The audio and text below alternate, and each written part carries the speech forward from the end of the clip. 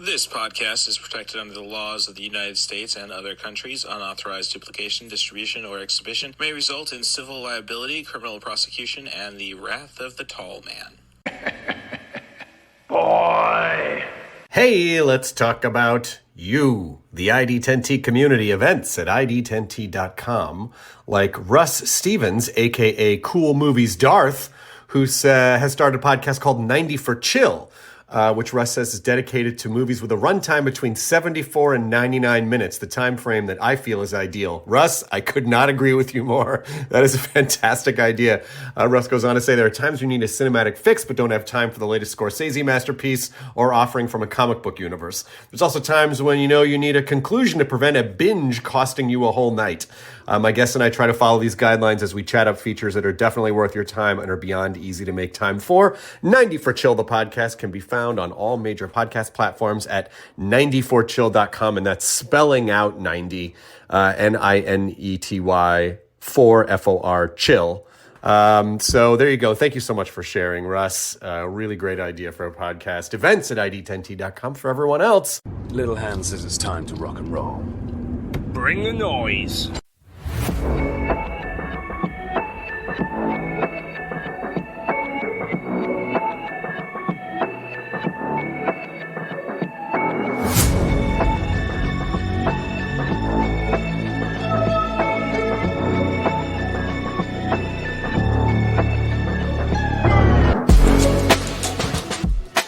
And welcome to 90 for Chill, the podcast with CatBusRuss. This is your host, CatBusRuss, and we've gotten back from Rosemont via Morton, Illinois, and I am tired because there was a shift at my secondary job, but wasn't too bad in all honesty. I am really getting worn out by all of these trips now, I suppose. Just can't plan I can't plan around them well enough, it seems. So, but I still got a lot of work to do trying to get this out for Tuesday, and I gotta still spoil my little cat Ava, who looks in good health after being away for the last 5 days. Of course, Allie did check on her, so she's doing fine. And yeah, that's where we're at. Of course, if you want your home to be filled with my dulcet tones, you can ask the Google Nest or Amazon Echo device to play 90 for Chill, the podcast, and it should get you here.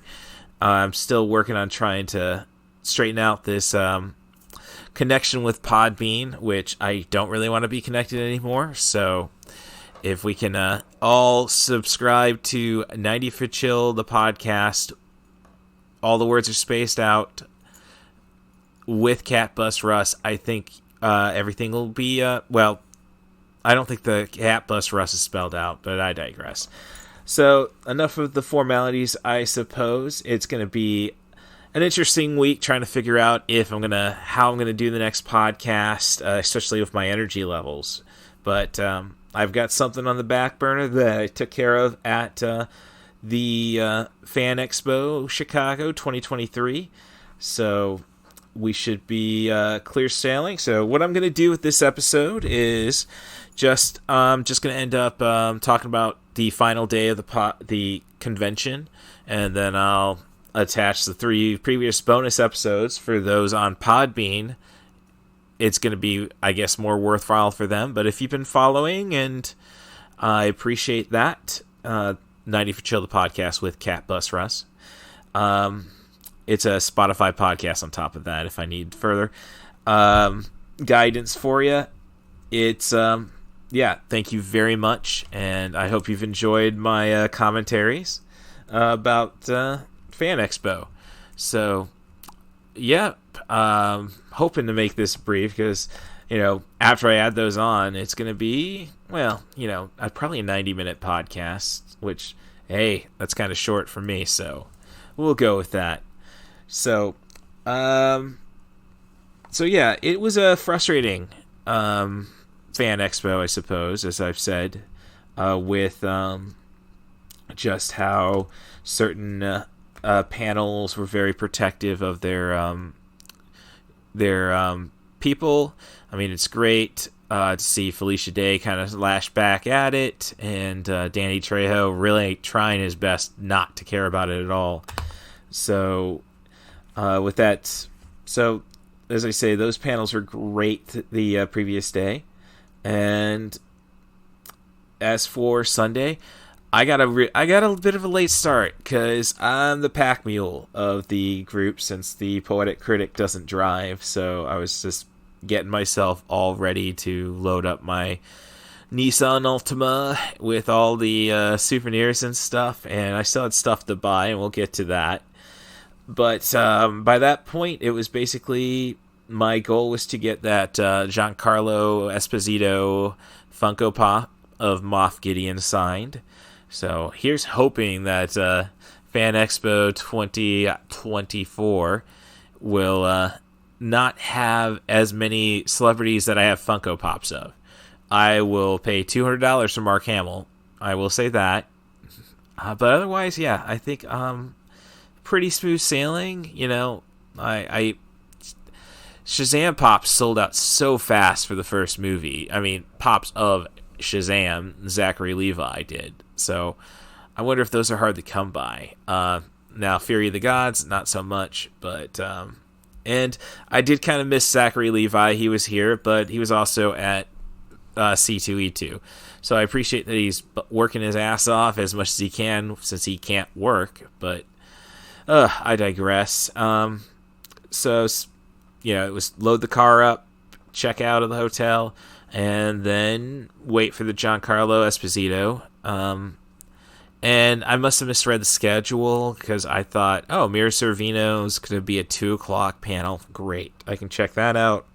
Kiefer Sutherland, I think they were going, regardless, I think they cross paths with each other. I mean, the scheduling. So they overlap. So, you know, I got the autograph from Kiefer. Very cool guy. Again, as I said last on the Day 3 podcast, I kind of wish I had kids just so I'd have something to show off and he could interact with instead of me just being a very straightforward guy, try to be respectful, what have you. And I guess I kind of realized I've seen a lot of Kiefer Sutherland, but I can't really say I've seen a lot of Kiefer Sutherland stuff, you know. I've seen half of his Joel Schumacher stuff. I haven't seen Young Guns. I guess I'll refer to Andrew TD at Couch Mountain Bakes about that one if that series is worth catching up on. And of course, I think it was the second trip to Las Vegas for my little brother's wedding. I was originally put up in the Young Guns 2 room at Planet Hollywood. Or maybe that was the trip I took with Allie from Allie's Accessory Shop on Etsy. So yeah, little connection there. I think they kind of revamped. I just had a feeling they revamped the rooms by the third time I went to Planet Hollywood, that they took out that gimmick. So I don't know. Could have been the first trip back in 2008, more likely. 2009 was my little brother's wedding. And what happens in Vegas should have stayed in Vegas, I suppose, with that wedding. Or marriage, I suppose. So yeah, that's a little story about Keith Sutherland, or my, connection with him. At one point I was trying to back up my 6 Degrees of Kevin Bacon. So could I use Kiefer to get there? I just got to go to my blog, maineventofthedead.com. And if it's about movies, you can still go to 90forchill.blogspot.com. The podcast is now the page for 90 for Chill, the podcast. So let me get through, what was that movie that I would use? Okay, let's see.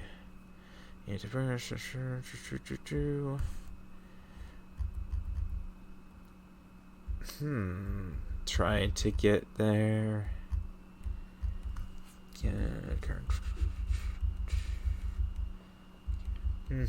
Sorry, I know. Excellent air Excellent podcasting stuff. I know. I'm sorry. Let me see. I was at the search Seth Rollins. I can't remember the name of the movie. It wasn't really that great. Armed Response. Okay. And is that even... So do I have to update my list of movies? No. Okay. Armed Response from 2017. I didn't even... Okay. Well... Interesting. I didn't even put little side notes of who the actors were back when I was doing the blog in 2019 when this started, the 90 for Chill concept. So we got Seth Rollins starred with we'll go Wesley Snipes. Starred with Wesley Snipes, who starred with Woody Harrelson in White Men Can't Jump. Woody Harrelson is starred with different time. I will have that figured out next time. So again, just I don't think I'm that far away from Kiefer. I just have to get to A Few Good Men. Okay, so there's that story, and as I say, I got the autograph from Giancarlo Esposito, and a very cool guy, I did my best to be very respectful. He just had a guy in front of me had, I think, 3 Gus Freeling Breaking Bad pops to get autographed. And then he had a photo that, like a big poster, we're talking probably, not huge, but, we're probably talking 20 by 24 or so. Probably larger, 20 by 32. Or it could have just been, I don't know. I'm looking at my Porg, and that's really kind of short. Yeah, bad representation. But the other side of that had Bryan Cranston had already autographed, so it was a scene from Breaking Bad, a show I need to catch up on, that and The Wire. So just one of those, like, dude, I don't know. I know you got the like, I have joked with my coworkers at the secondary job today that, this is my Joe Exotic weekend. There's no way I'm going to financially recover from this, and that's not the case. Before I started the pod, I started getting my sound bites all lined up, and before I know it, once I got it all set up, like, ooh, I better check the internet. Oh shoot, I got to pay my bills this week, so. It's not looking as bad as, I feared. So that's the story of my life, I suppose. So, yeah, there's, so it's just like, dude, it's a guy, the celebrity who wants to kind of have a, relationship, I guess, in a sense.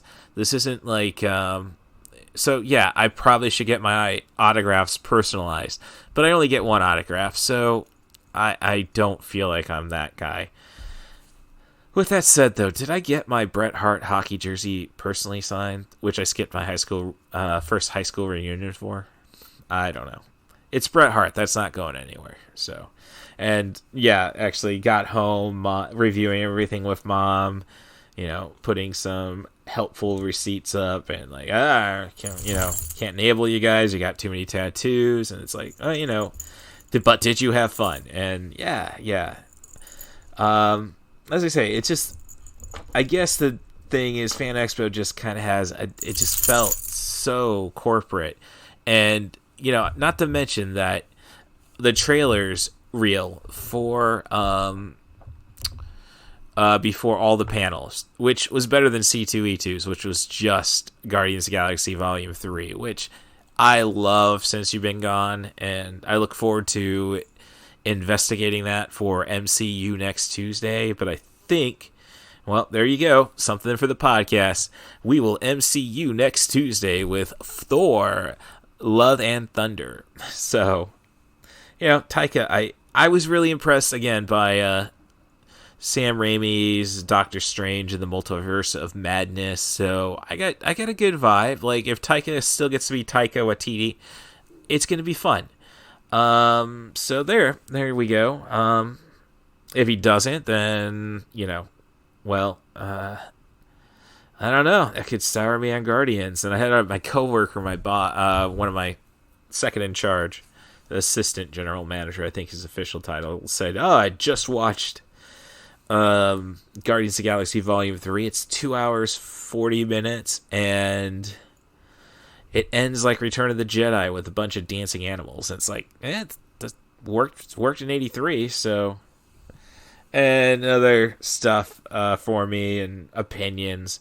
I got retweeted a meme of Darth Vader, and Darth Vader was, ruled the galaxy essentially, and how Voldemort couldn't even conquer a high school.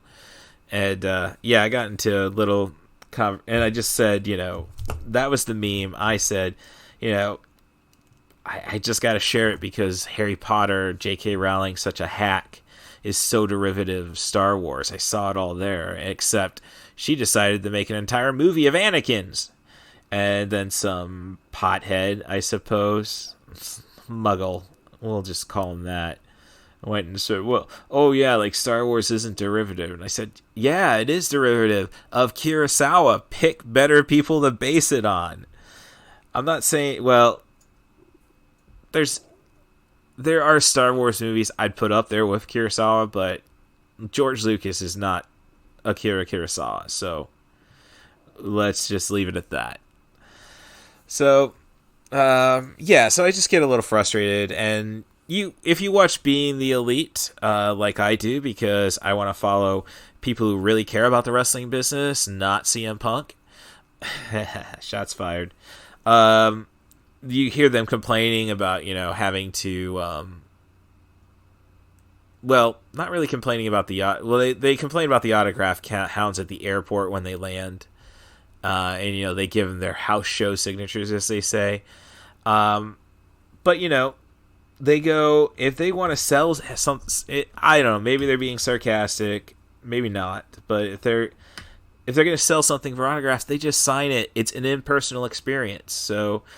I guess, are you just trying to prolong the experience with 4 freaking autographs? And, yeah, I know.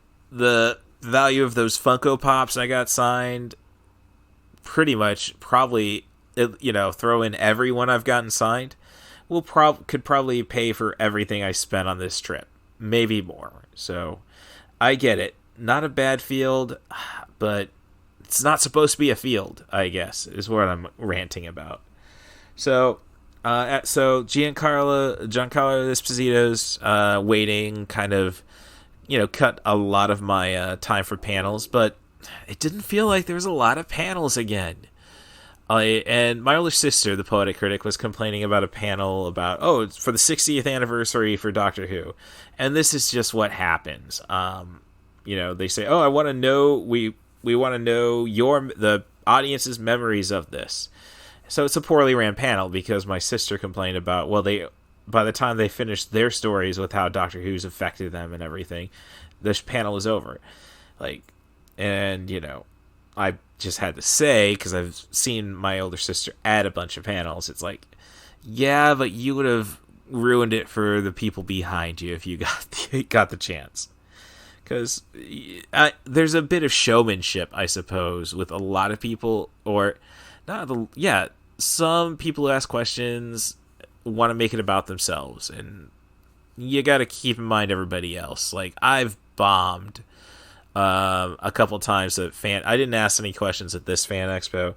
I know, trying to get my feet under myself for questions at back in 2022, I kind of slipped up a lot, so but it's not about me. So I'm just trying, I want to learn something. And of course they were celebrity panels. It wasn't a place for me to, tell my life story. So I'm almost kind of glad that the only wrestling thing, gosh damn it, was the podcast Wrestling Memories. I'm gonna look up, now that I got my computer and everything back with me instead of talking to my bloody phone. I'm gonna look it up, the podcast wrestling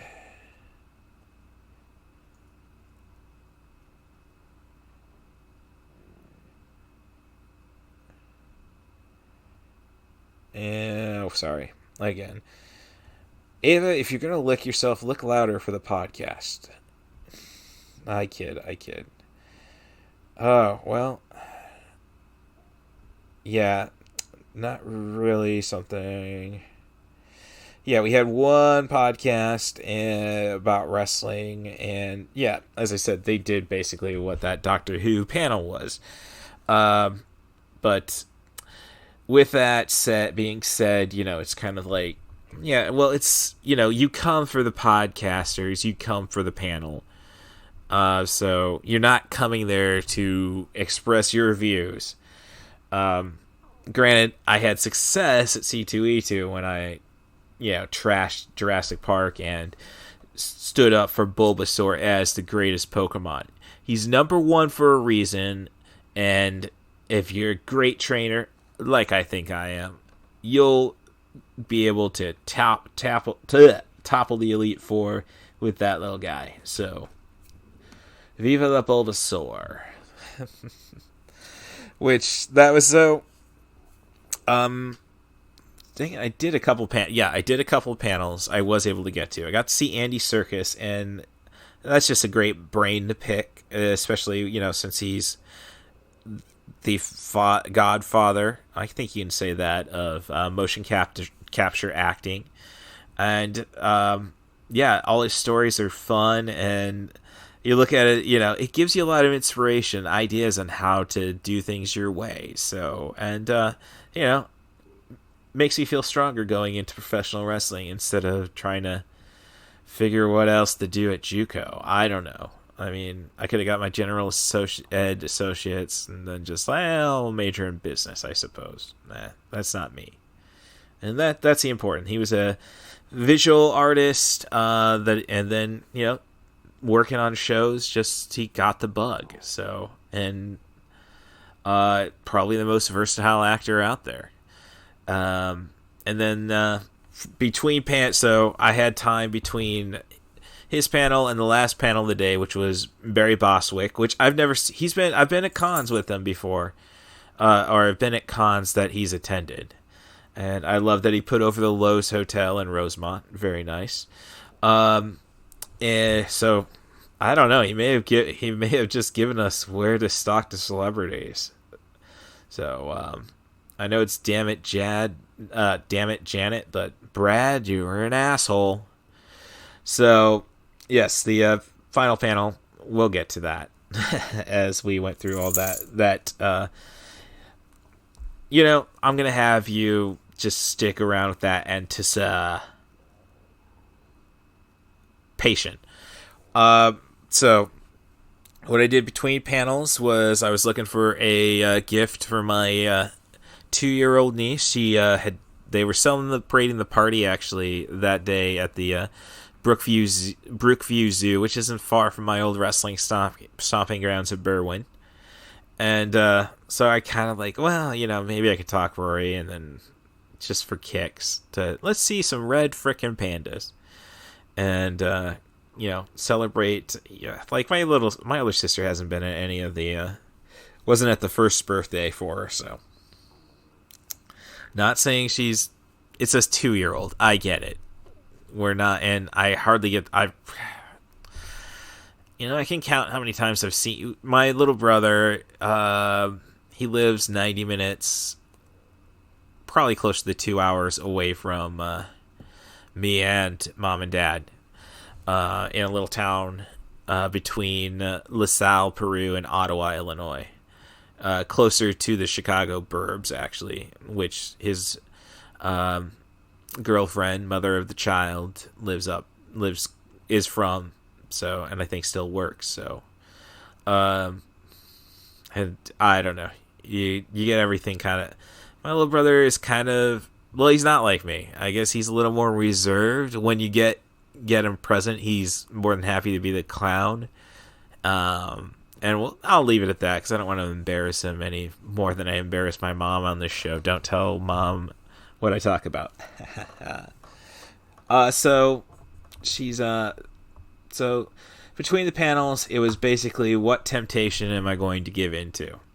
as I said, I did go and search for a gift for my niece, who's kind of allergic to everything right now.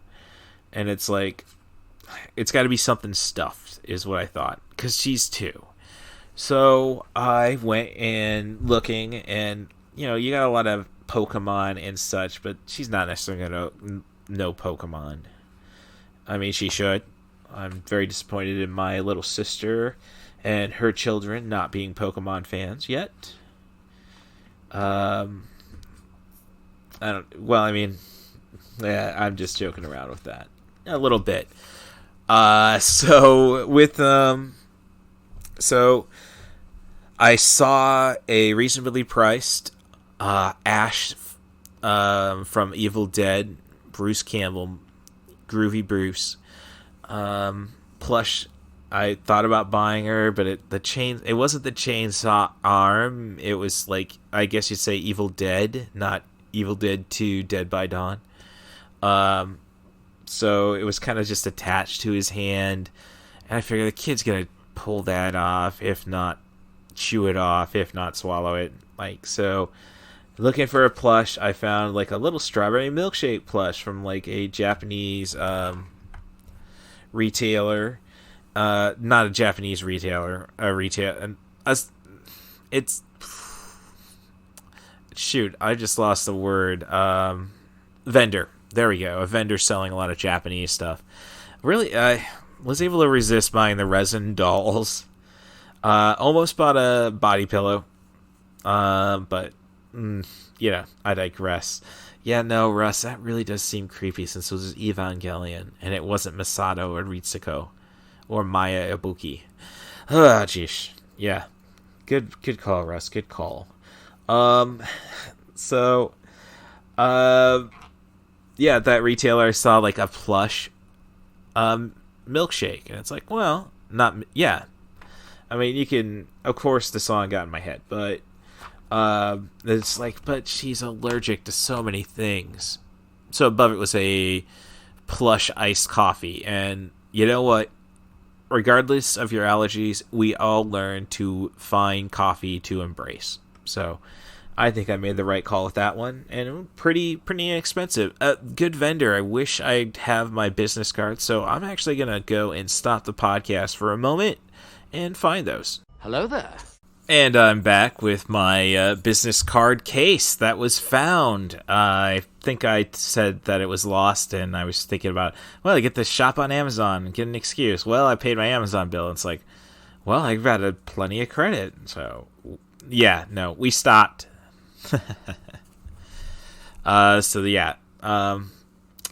Somebody did find my business card case. So I was doing my best to collect, and like, well, if I got a business card, I best not keep it on me. Oh, okay, there we go. I think, yeah.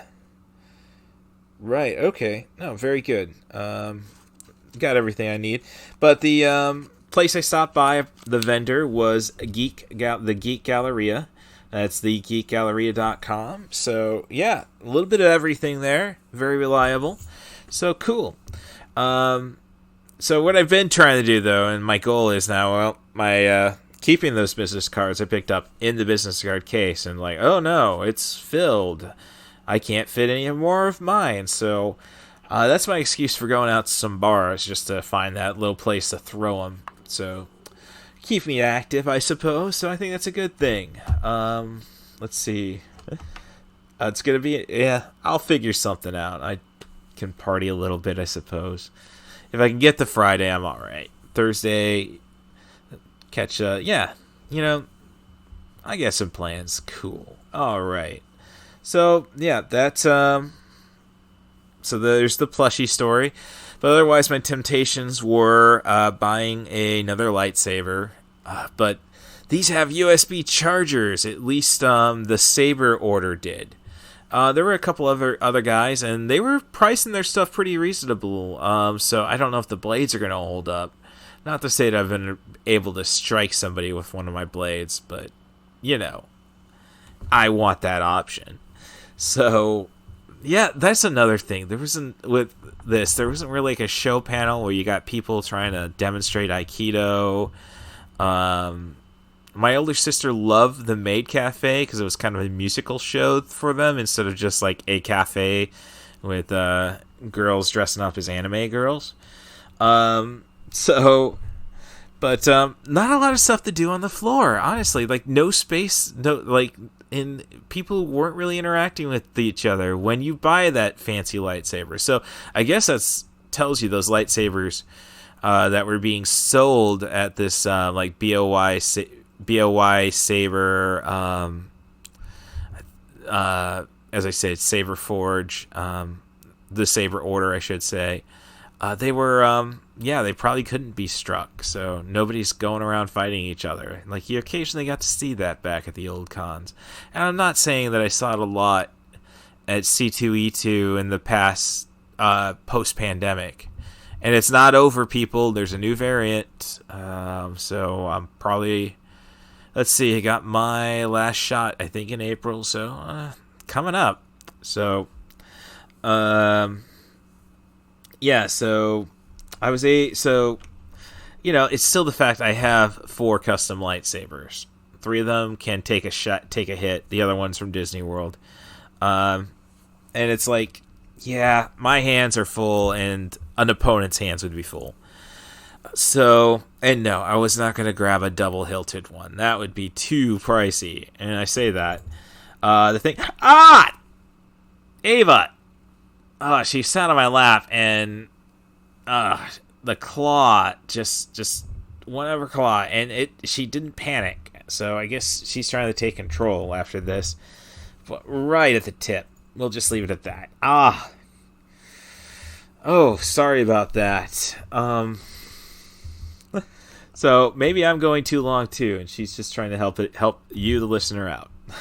So I talk about not spending $300 on a lightsaber. Again, that was Disney World, and that was worth the fight to get. I went and finally took the plunge because they have these at every con. I think the person was at C2E2, which is a little more professional. I mean, not, a little more, hey, watch yourself. You might be doing something illegal.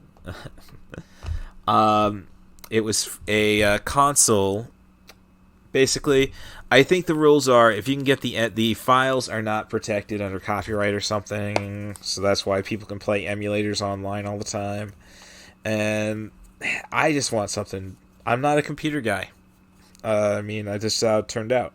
So I purchased the loaded box from SKG Retro Gaming for $350. So again, don't tell Mom about the podcast. So they're skretrogaming.com. This one has all the games from basically everything up to and including some of the N64. So, but the more important thing is arcade games.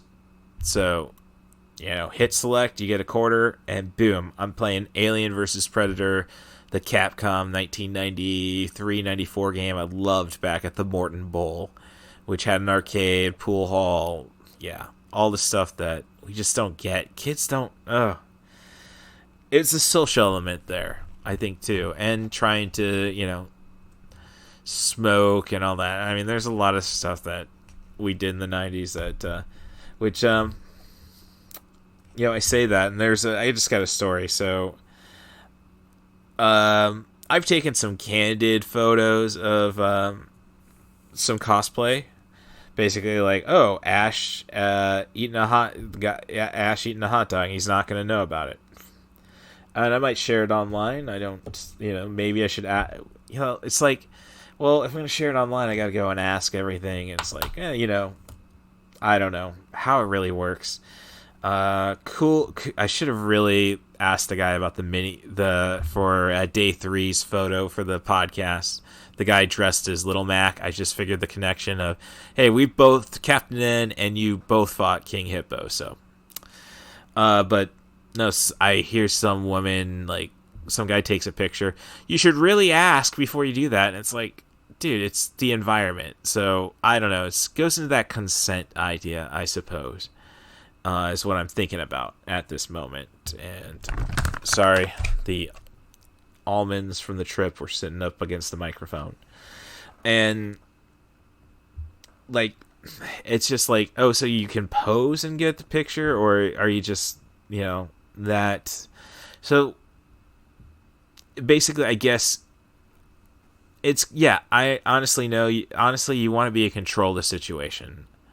But you're out in public, so, as long as they're not taking it an upskirt, hey, it's a cool costume. We want to get it. We don't want to bug you. And there's no place to be social at this con. So, yeah.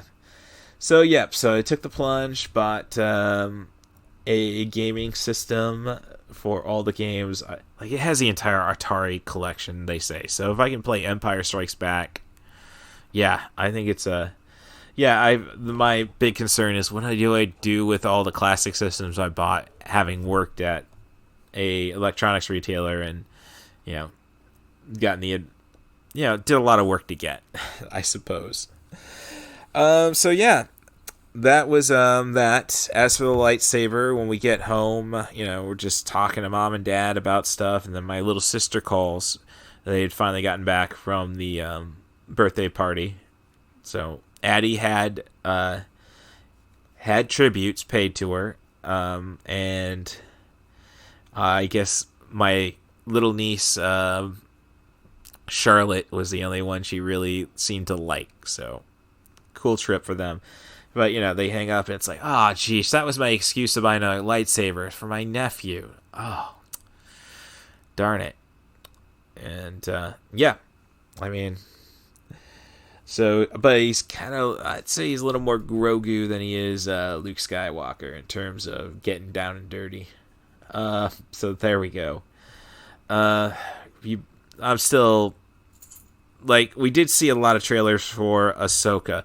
And again, with the trailers, so every freaking studio who is screwing out all the actors and writers had a video, except for, I'd say, a commercial to show, except for Paramount, from what I can gather. Unless they're putting the money behind, and I'll do their work on it right now. Bear with me. Don't type on your keyboard. Keep talking. Alright, come on. No dead air, no dead air, no dead air, no whammy. Stop. No, not quite yet. Let's see, we'll have to... I don't know the name of the late green and white Power Ranger. And he's not even top build, so... He was... I don't know. I'd say he was kind of a douche, but it was, yeah. He was feuding with CM Punk, so I can't say he's not. I can't say that he is any longer. He's no longer with us. Jason David Frank. He was, again, the white Power Ranger and the green Power Ranger Tommy, who eventually became the white Power Ranger. And I thought that the movie he was doing, they were showing trailers for, was a play on that. Like the movie, his posthumous movie that's coming out next year with, oh shoot, why am I... Oh, screwing up it being forgetful of... Mark Dacascos is in it, so I might end up watching it. Oh, he did a voice on We Bear Bears, but yeah. So the legend of the White Dragon. It's like, well, he was the... Well, maybe it is a joke about his Power Rangers stuff, because it does look like a personal project, so maybe I shouldn't be complaining about it. But he was the White Tiger, but also the Green Dragon. So, Legend of the White... There's a Chinese movie called The Legend of the White Snake. And it's just... I'm sorry, Legend of the White Dragon, American film. It looks like it was made on probably... a budget of only $500,000. So, Falling Forward Films is so it's gonna be a small distribution. It's not a studio project, so cool. But otherwise, Warner Brothers was represented with Rick and Morty the anime. Disney had the Ahsoka trailer, and let's see, NBCUniversal had Migration, what looks like a fun CG movie from Illumination, and Netflix had Castlevania. So as again, I guess I can't think of anything from Prime, but they're Amazon who give, yeah. They talk about, could go shopping. It's like, don't do that. Last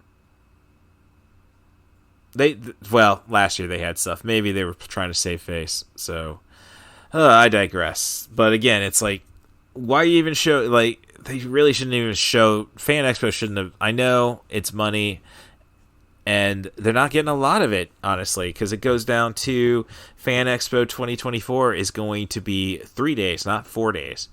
So, honestly, if you're not going to have panels and you're not going to have a nightlife that can stretch for 4 days, I am not upset. But I'm sure there will be people like, this is the long one. This is the one that you can take time off for. You get a decent amount of time off for. If they give it to you. Unfortunately, well, my older sister doesn't want to talk about her work situation, and we'll leave it at that. So, yeah, so I end up buying a video game system. The only just real disappointing thing was I missed out on buying a custom for 3D printed R2-D2 painted as Aladdin Sane. I was last behind that. Fortunately, I did find their business card, and I will pull that out, obviously. So, if we're going to be kind to SKG Retro Gaming and the Geeky Galleria, I should mention, and it's honestly a little cheap on their business card. Go to Imprint, not for Imprint, I should say Vistaprint, because it's real tiny.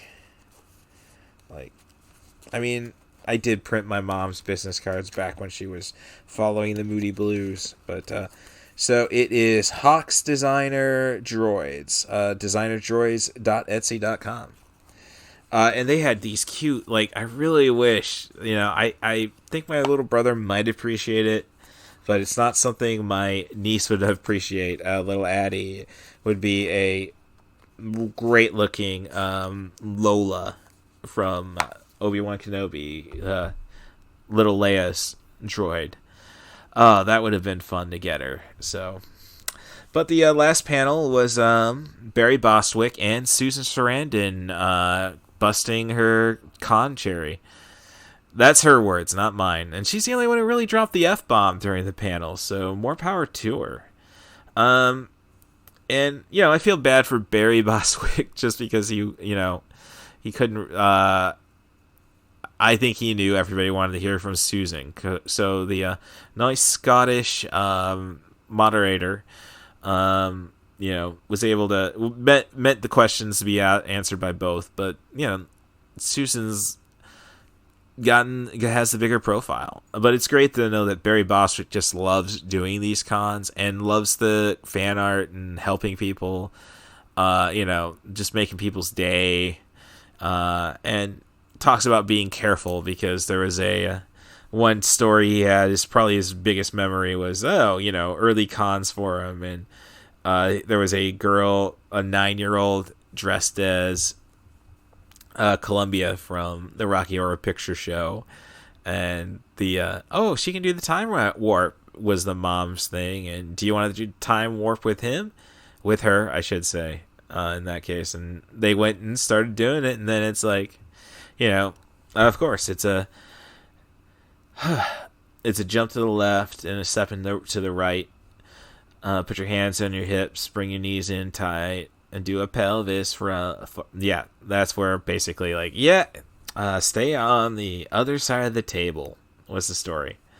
But Susan Sarandon was very, she's just very honest and sincere about her career and her politics, and I'm glad I kind of liked her taking a stance politically which, you know, she says, I'm not a Republican, I'm not a Democrat. You know, I'm not. Look, until we annihilate the Republican Party and not make their conservative views a reasonable option, you're a Democrat. And just accept that's the side you got to be on. Like, the French wanted to screw the English. They didn't care about our independence. So, yeah. So that was a very informative and, as I say, just a very sincere panel. And then, you know, day ends. And I'm uber exhausted. I think we usually pick up Raising Cane's and Joliet as we go back down 55 to Morton. And I think I misread a sign. Like, it looked like the Cane's logo, but I thought it said cafe. And then, you know, we get off the next exit with food, and there's a McDonald's. Cool, because I can't really eat Taco Bell while driving. And, you know, then Burger King, that's, you know, very hit and miss. So, you know, I end up driving 2 miles off the interstate, and then I don't know if I made a wrong turn out of the place, out of the McDonald's, because it's like, there's only 2 ways I could really go, right? It probably had a third. So I probably came in one, and the exit was on a side street. So, you know, another good 15 minutes of trying to get back to I-55 from after heading, you know, another 2-3 miles away from it, and really get a taste of like what, you know, like how awful Illinois can be south of I-80. You know, just your Jesus is our, you know, big signs for Jesus is our God. America is our country, and a lot of blue lives matter flags. That's like, geesh. And just small town speckled, like too far away from Joliet to be. It's like, it's just, that's Champaign County, like, dare I say. So I just, you know, come on, Chicagoland. I know Illinois' population is decreasing, but, you know, Chicago's a great place to be, in my opinion. Move there, everybody, and let it absorb downstate and get people straight, I suppose. That is how you should have wrote, and, you know, Peter Jackson should have taken Immortal Engines to the big screen. Make it about liberal cities or conservative cities, because you need villains just absorbing liberal towns or what have you. But I digress. So, yeah. So a lot of frustrations, and maybe I'm just overly cynical, of course, maybe, you know, overly critical, maybe overly, it could be me, not the expo. But as I say, epic photo ops is a crap business, my concern. Because, you know, by the end of it, like, we're paying cash for autographs, because, you know what? You don't make it easy to get them online. And it's just, I don't recall ever having to deal with them back at Wizard World. It's like, okay, go to the autograph booth, get my autograph.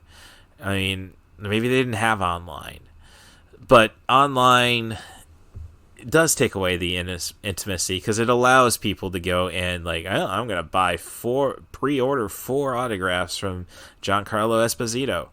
So I probably mispronounced his first name 2 or 3 times, and I'm sorry for that, Moff Gideon. So, and then again, like, maybe they're pricing people. Like, I finally figured out how I can go and try to get 90 for Chill the Podcast at Fan Expo. I should say 90 for Chill the Podcast with CatBusRuss at Fan Expo. But maybe they're pricing people out. Maybe it wasn't free like C2E2 if they approve your panel. Did I ever get approved? No. Maybe if I buy a table. I spent $350 to play old video games, so there you go. But maybe a Patreon? well, once we get closer to that, we'll work on that, I suppose. But thanks again for listening to 90 for Chill the podcast. If you didn't catch the bonus episodes, they will be after we are led out by David Tennant as Crowley from Good Omens, which my older sister did say, come on, Russ, give it a chance, just because now it's Neil Gaiman's vision, not just Terry Pratchett. He doesn't have to share with Terry Pratchett. It's like, I don't know. It just seemed unnecessary. So, and she bitches about superhero movies. So, of course, and it's probably going to be mentioned over and over again with these bonus episodes, rate and subscribe on your favorite podcast apps. 5 stars, preferably. Be as honest as you want in the text. I just need help with the algorithm, and that's what, as Danny Trejo said, it's just helping people out, and it's going to work out for you. So, I look at it, I got to do that more. I got to find ways to do that more. So, if anything, Danny Trejo, legend, why the hell didn't I get an autograph from him? Or a meet and greet? That is a guy you want to pick the brain of. So, or Felicia Day. I heard my older sister had a great experience with her. My older sister's boyfriend was a big Felicia Day fan just because of her reoccurring role in Supernatural. So they got the meet and greet, and my older sister said she talked about movies you'd like to see on MST3K because Felicia Day is King of Forrester, and did an excellent autograph of my big sis, which was really cool. So maybe it was just an autograph, but I don't know. And they talked about what movies do you want to do, and it's like, well, there's this one Charlie Sheen movie, The Wraith. My older sister was able to nail down, and that's a movie I probably will have to cover for the podcast at some point. I've bought it twice, so I think it deserves to be chatted about. And if you want to be that person to chat about The Wraith from 1986, primo, Clint Howard performance, Randy Quaid. Oh, geez, there's something I could have gone to a panel for. Well, who owns it? If it's owned by anybody who's a big streamer, all I could say is, well, we can't talk about it, and they should spin on it. The middle digit, I'm suggesting. Okay, but if you want to talk about The Wraith or any other movie, feel free to contact me at. You can do that by sending an email to russthabus07@gmail.com. That's RUSSTHEBUS07@gmail.com. Offer me that movie, theme, a director, an actor. I'd like to focus solely on I'd like to focus on movies between 70 and 100 minutes. If you want to go over 100 minutes, I will figure a way to make that work. It might be a marathon, so a little more homework. But if you feel real passionate about something, I would really love to talk about it. Because, in the end, the podcast is for me because it gives me something to do, makes me productive. But, I do it because I want to talk to you people. So, yeah, as I say, at best I've got score of listeners. I'm hoping scores. I know I've met at least, scores of friends from this podcast. Now I've met at least a dozen cool people on this show, and I'd love to meet more. So, and if it's talking about movies, I'm there for it. So, yeah. Send an email to russthabus07@gmail.com, RUSSTHEBUS07@gmail.com. Or you can follow me on Twitter, give me a direct message, or reply to some of my tweets about, hey, get on the show, at CatBusRuss. And I'm having a lot of success now. I think Mastodon is the thing because we don't want Mark Zuckerberg. Now, I've heard of other platforms, but again, it's billionaire stuff. So Mastodon's the place to be. My account is at Russ Stevens at mastodon.social. So, As always, I'd like to thank Stacia Harden for pushing me through that last drive home. Keeping me safe, more importantly. Just looking after me. And I hope she's enjoying the company of Skimble, the one-eared angel. So, but that is 90 for Chill, the podcast. That is Fan Expo 2023. I know I've got some cons. I think the next one coming up is, I know I've mentioned it before on the show, and I can't find it. It's in Bloomington. I know they're going to have the voice of Rocco and a guy who's with the state, essentially. If you remember that show, or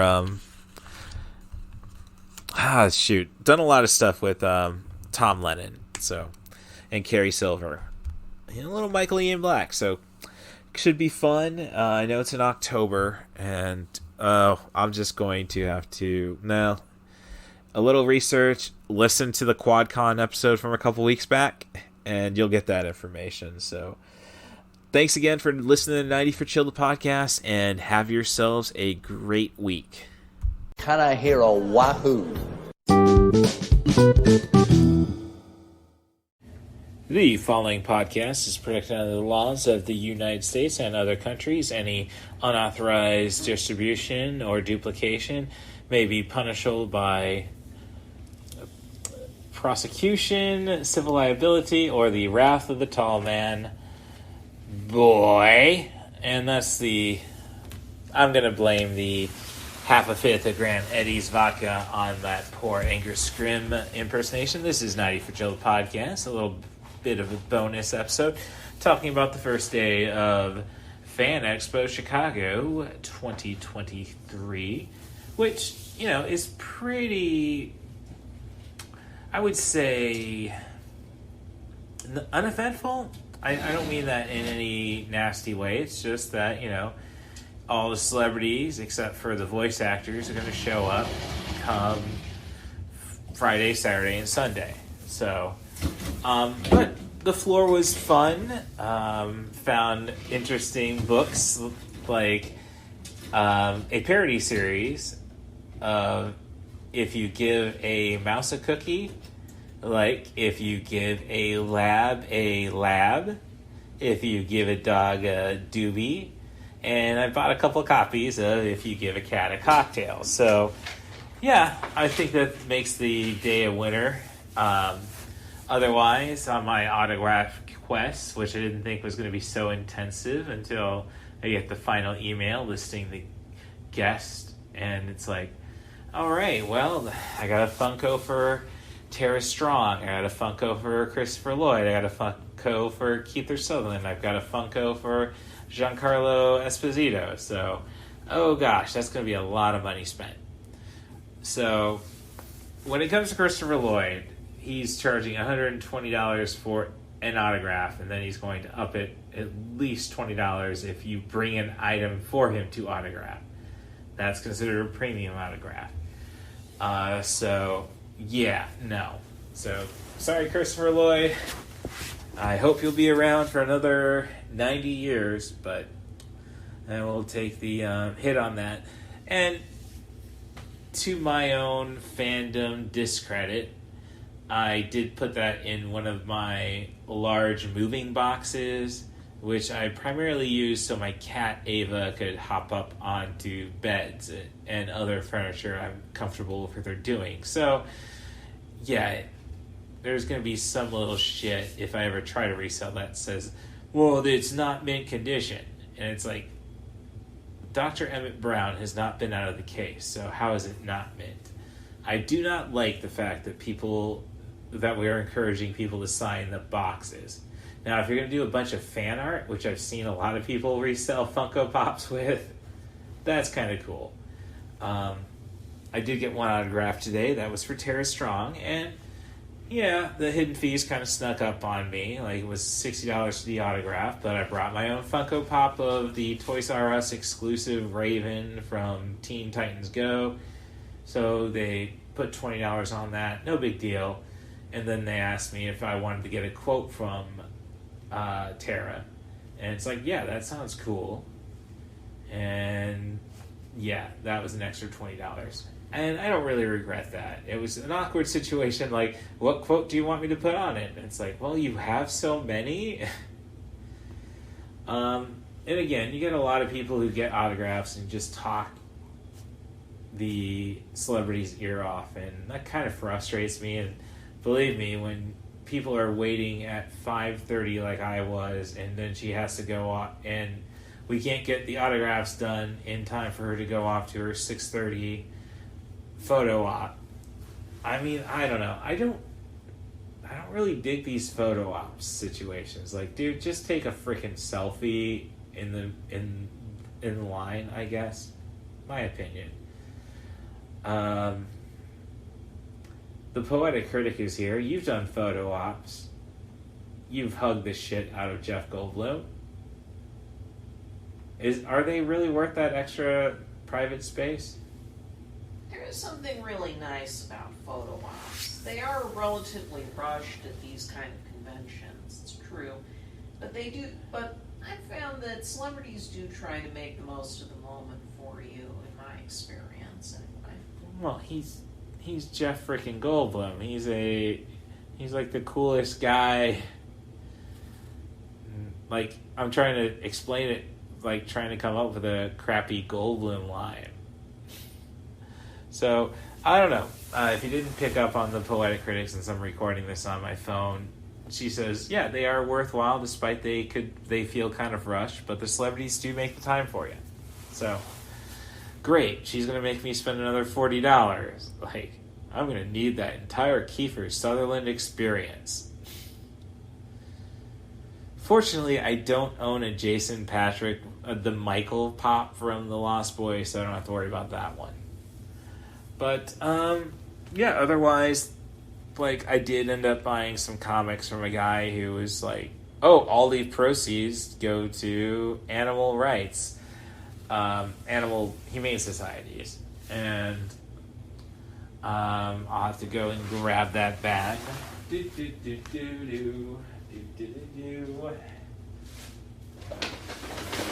find it. Let's see. So the comic books are the Here Comes Calico. And he's showed me plenty of quotations from online critics saying that the Punisher has nothing on this guy who punishes those who hurt animals. So it's from Sigma Comics, and like he was boasting about the regular price being $2.99, and it's like, I think a regular comic, if it's just regular paper, is $4.99, $5.99 at worst. I'm a sucker for buying the DC black labels, which is going to add another $2 on. But so I got 2 issues for $5, and all the money goes to the Humane Society. So that's kind of cool. And of course, that's the biggest problem. You don't want to get caught by these. You got to kind of keep moving through Artist Alley so you don't get caught up by these people trying to pitch their comic books. I mean, some of them are probably pretty awesome, but I only have so much money, and I'm fighting the temptation of buying the $350 HDMI emulator, which has all of the consoles up to before we had true CD games in the PlayStation. So this gives me arcade games like Capcom's Alien vs. Predator, which was pretty cool when the guy put the demo on. So there are a couple of cool lightsaber dealers, but there's no Ultra Sabers. So that's the problem. If there was Ultra Sabers around, I'd say, no, I'm not going to buy myself another 3-figure lightsaber. But these have USB charging. I think that's a little better but it has a new hat. So yeah, a lot of it is really on Thursday just being on the floor. Rocky Horror Bingo Show was kind of blah, I think. It was just very fast bingo games, and then we're going to watch the movie and not do any more bingo. So, kind of like... But I did check out this version of Nerdlesque. It's a troupe out of Minneapolis. I believe they're the Nerdum Universe. And it's a pretty solid show. Great intermingling of genders in it. Some fun. There was a great Firefly tribute with Little Nas X's and Old Time Road. So a lot of fun. A lot of people, real art of the tease kind of stuff, which I like. I don't like the fact that I was ID'd. Well, I should say I didn't like the fact that I had to show my ID when plenty of younger folks got through. But hey, at 43, if you're asked for your ID, as Sam Elliott would say on Robot Chicken about white wine, well, I don't want to put the explicit sign on it, so we won't say what Sam Elliott. But there's really no better cursing than the cursing of Sam Elliott. I will say that. So, anything you caught that was interesting? TPC? I don't know what you mean. Well, I mean, any interesting cosplay besides... Well, you did tell me that somebody did 1920s Christine. From Phantom of the Opera, yes. Yes, and she had a Lon Chaney toy with her? Yeah, she had one of those little action figures. So, yeah, that's the kind of stuff that frustrates me because you should really save that for Friday or Saturday when everybody's around. Like, I did not put on my Captain N or my makeshift Back to the Future today. It's Thursday. It's as important as an M. Bison Tuesday. So, but, so yeah, things should pick up tomorrow at Fan Expo. I know you're actually going to have panels compared to, well, how was the Final Fantasy rhythm game? I couldn't quite figure it out. No, it's not my... Yeah, it's nobody's fault. I don't know Japanese. Right. Yes, they have a Japanese arcade room with genuine Japanese arcade machines. So I had played a couple rhythm games. One which was like move your hands, and it's kind of like, well, this isn't quite DJ stuff, but I don't know. You really want to keep up with that K-pop stuff, and it's probably not K-pop. Sorry to offend my Korean audience. The Dance Dance Revolution, give me some time. I think I can master that. So, otherwise, it wasn't really that exciting. Like, you had the one drum game, which if you watch a lot of old Pride Fighting Championship and you see the intros for their shows with the people banging the drums and such, that's pretty cool. But, so I mean, I'm just kind of disappointed in the vendors. Like, as I say, we got 2 lightsabers, but we don't have Ultra Sabers, the pinnacle of sabers. And this is like, I remember, I think it was Fan Expo a couple years ago where we had the people selling cool Apple Watch bands, and nobody's around selling me cool Apple Watch bands. Make my Apple Watch look like a Game Boy.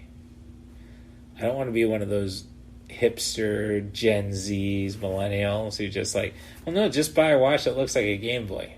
No. I'm technologically advanced. So those are the drunken ramblings of a podcaster at a Comic-Con in Chicago. I think they're running a pretty cool show, and it's easy to sneak booze into. So I don't really know what else you can ask for. So thank you for the little interjections from the Poetic Critic.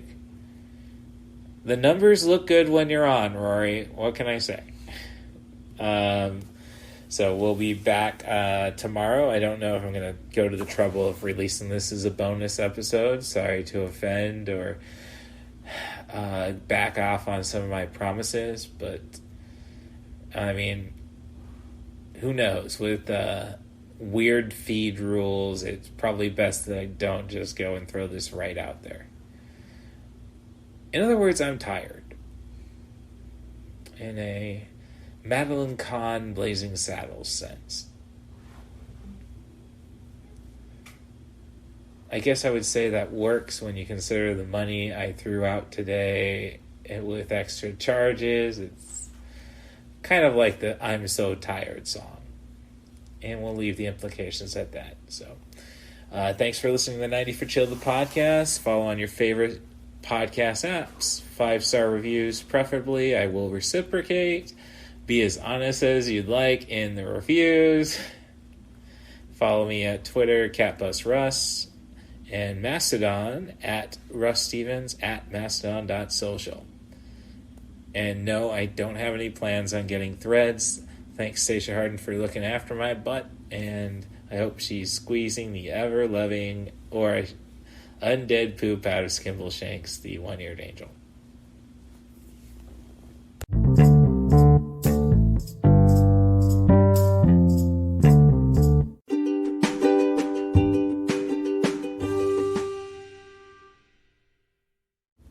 The following podcast is protected under the laws of the United States and other countries. Any unauthorized distribution or duplication may result in criminal prosecution, civil liability, and the wrath of the tall man. And at this point, let's say this podcast, the following podcast, is scheduled for one fall with a 19-minute time limit. So, yeah. This is 90 for Chill, the podcast with CatBusRuss, and Fan Expo's closing a little early for Friday, I think. Like, they had a lot of fun events yesterday, as discussed previously. The Nerd Last show from NBCUniversal, well, really, I mean, that's, at least it gave us something to do after 8 p.m. I couldn't see anything scheduled today. Perhaps there's some drinking and drawing still available down there. Maybe even some free bingo. But yeah, back up in the room, and I complain about no after hours, but it was a far more eventful day. You actually had the celebrities, so you had the panels, and I checked out 3 of those. First being Tara Strong. She's a really sweet person, and this is where we were noted, don't record anything, especially with the, since we're under the SAG and WGA strikes. Thus, if we record anything, it's going to end up possibly being, spun if it gets online, what have you. So I was taking some photos, and, just to show I was there, in all honesty. It's not about memories. Despite, as I wait for AEW Rampage, it's a good place to say that I've got, a score of concussions. So, yeah, maybe I do need these things. Think about that, Fan Expo. Think about that. SAG. Oh, I really shouldn't say SAG, because I'm obviously in support of the strike. But I digress. It was just Tara Strong really just, made people's day, I think and when that's your 11 a.m. panel, that's really a nice way to start. Or perhaps it should have been a good way to end, I guess, scheduling wise. I don't know. So I then went and, went on the floor. Didn't buy too much stuff today. Just some essentials. I can definitely, pull them out of my bag. So, got some patches from, not patches. Okay, oh, no, it's in my, So, I did whip out the Captain N cosplay, and it was recognized once, which, is a W. It means it's not totally lost.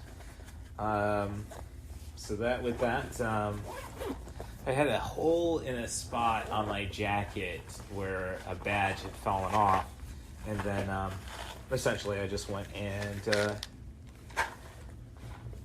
found new pins for that spot, to cover it up. And I'm just very happy I haven't lost any of my pins. So those pins were purchased at Logan Arch. They're a Chicago company, and you can follow them on Instagram. Tumblr's nice, but that's not Tumblr. I don't know. I can't even tell. That's probably Pinterest. But Logan Arch Chicago and LoganArchChicago.com. And I thought they were.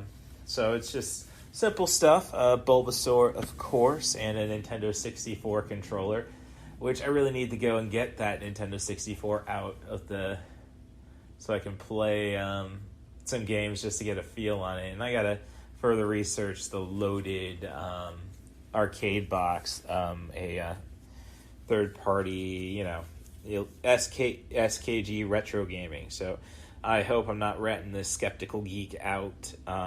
But yeah, I'm looking to get their loaded package, so which is going to have pretty much all the arcade games I grew up with. And it's the Game Boy library too on the Atari 20. Oh, geez, yeah. Well, I mean, if I have the money, I probably will leave with one of those. Can't help myself. So yeah, looking for the business card for the a nice Daft Punk themed Tron sticker I got, but also, let's see, trying to find her card. I guess I don't have it, but I just can't wait to bring this lanyard home, hook up my keys to my primary job that I open with, and everybody's asking, hey, can you let me into the administration office? And hey, you know what? You grab this now. You get this. Ask me my pronouns.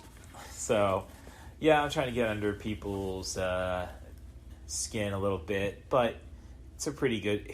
Most of my fellow employees are pretty good people. So, I think we're losing the anti-vaxxer. I mean, there's plenty of anti-vaxxers, but the predominant one.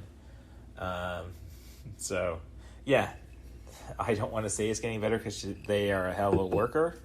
Just, I don't know. My experience there at work is just basically, hey, I can't just be the only one handling this portion of it. Don't just oh, well, it's more fun if I go over to this department. Oh, yeah, but you have responsibilities. So nobody respects customer service. So, yeah.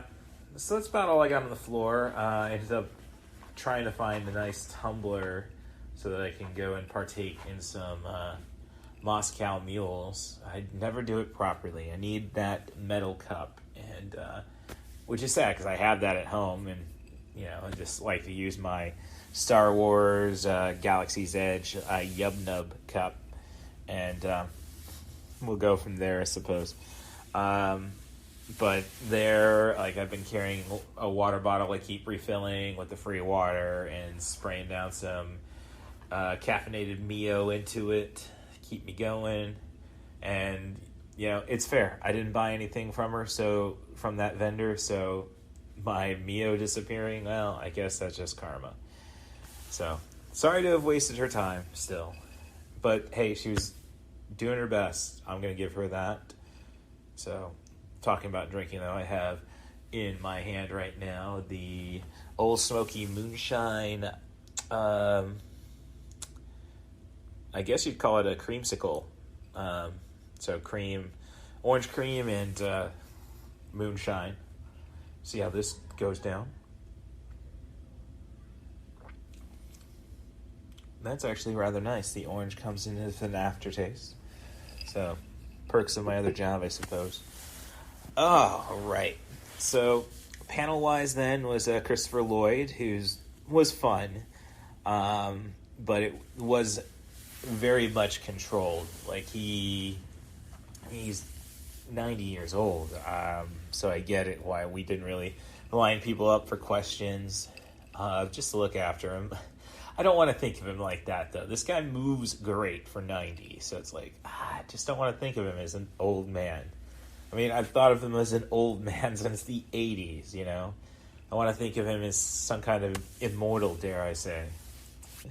So, we go from that panel. I checked out the a wrestling podcast recording, and I, finally fooling around with this apps and the website and everything for Fan Expo. I've got an idea of how to get my podcast, 90 for Chill, the podcast, which of course you're listening to on public, get a table, get some time, do a live show. So, hey, as I say, it took 2 fan fests to figure that out, but hey, we got it straight. The wrestling podcast was Wrestling Memories, I believe, with Mark and Sal. I don't have my, obviously my phone's at 10% right now. I don't really want to screw around with the apps and such. Just playing this, and who knows? Maybe there will be one fall before this recording ends. But they were, I don't know. I mean, about that. I mean, they really wanted a lot of fan interaction, and it's like, well, one, they kind of focused on their own experiences with becoming wrestling fans, and that was enough that I don't think they would have had the time to really dive into our opinions. So, sadly, no chance to promote Tigermask 4 from AAW in Chicago, or I think Cage Match does document El Futbol Loco, the limey luchador that I portrayed. So, but it's good to see their passionate fandom. I don't know if I'm about all of their, how I want to see the business turn. Like, yes, I'm happy that the wrestlers aren't addicts like they were when I grew up, and even all the way, halfway through pretty much the entire, not until I left the scene, it was pretty much like that, I'd say. So, but it's changed a lot, and I think these wrestlers are now considering themselves athletes first, and I'm a fighter, brawler, wrestler, but that's me. So they were, I'm gonna do a little more research and maybe give them a listen. I need podcasts with Marty and Sarah being off. And I did find there's a Lincoln Lodge podcast network. Lincoln Lodge was the host of the first Colt Cabana Learns Improv, which I went to the 2020 C2E2. So, so yeah, I should probably stop by that booth tomorrow and try to sell myself. So we'll see about that.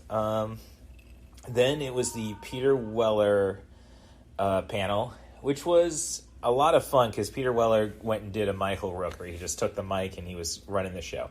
Now, he was very much about, no, you can't take pictures. Definitely no recording, but no pictures. He was getting people's cameras, pulled.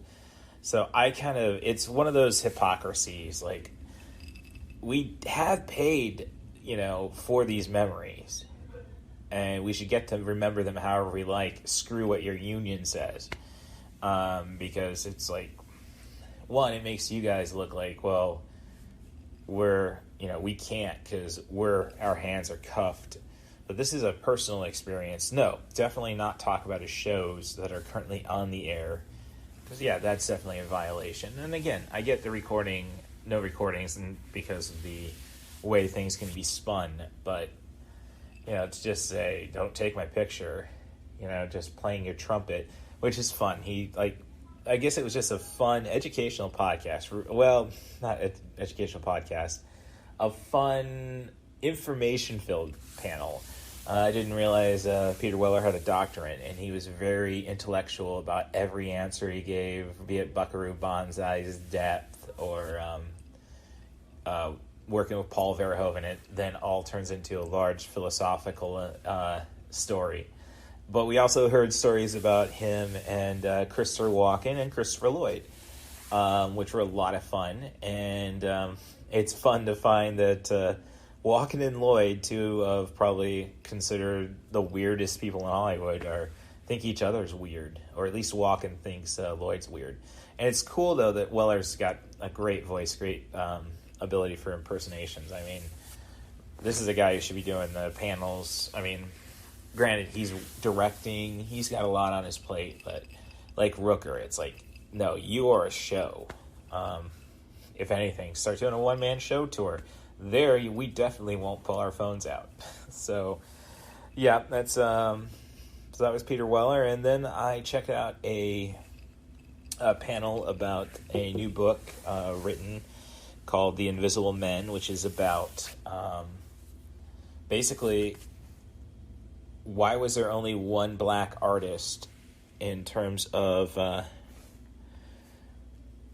comic books in the golden age between the 30s and the 50s. And we get to find out, basically it's a story about giving history finally for black and minority writers. Well, not writers, artists in this case. Which is really, just a great cause. It was interesting because the book's written by a white man, and the panel was otherwise black people, and but he, it's almost like I kind of feel bad for the others on the panel because, well, he's telling the story, and just in the sense that, well, there's not really too much to add. That's how thorough his book seemingly is. So, again, I'll have to, let me try it while we're here. Hopefully it's going to keep recording. Let me see.